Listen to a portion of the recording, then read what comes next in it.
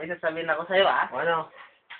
Alam mo, yung lolo ko, pag magbibiyahe yan, hanggang dito, hanggang Maynila, gamit niya yung kotse niya. Innova pa yan, Innova. Ano ba? Oo, Innova.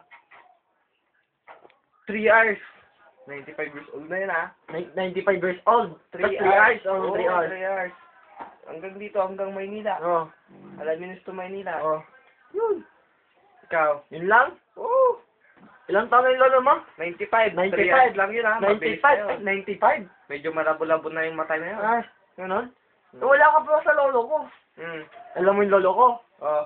Ulitin mo ulit yung taon ng lolo mo? 95. 95. What? Ba? Sa lolo ko, alam mo ilang taon na siya? Ilang taon na? 95.5. Ay. Malabo ng mata nun. Alam mo yung grado ng salam niya, ganito kakapal, ganito ha, ganito ha. shit. Oh, alam mo kotse niya. Ano? Alam mo yung kotse niya yung maliit na sports car pa yun ha. Oh. Ilan ulit yung yung hours ng ginagamit ng lolo mo? 3 hours. 3 hours. 3 3. hours din sa akin. Alam mo kung gaano kalayo? Gano'ng kalayo? Dito hanggang ospital. Oh shit! Oh, di ba? Wala ka sa lolo ko. Wala ka sa lolo ko eh. Ay, galing pala ng lulo mo. Siyempre. Wala yan sa lulo ko pag nagbabasa. Nagbabasa. Oo. Magaling magbasa yan. Sa dilim pa. Ito din? Oo. Ilupit Ganyan, naman ang lolo mo. ganyan kakapal na libro. Oh, Mga 5. 5. Babasahin niya ng 10 oras. My...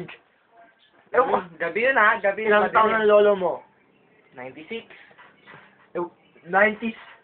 Malabo-labo na yun. Ugod na pala lolo mo eh. Wala pang kanya na. Wala pa siyang anchukos. Wala siyang... Wala ka sa lolo ko. Oh. Yung lolo ko, 95 years old ah. Isang libro kaya niyang basahin ng isang oras lang. Paano nangyari yun? Ganito kakapal, ganyan kakapal. Paano nangyari yun? Eh, hindi ko alam. Eh, yung sinasabi niya sa akin eh. Mali. Ulit.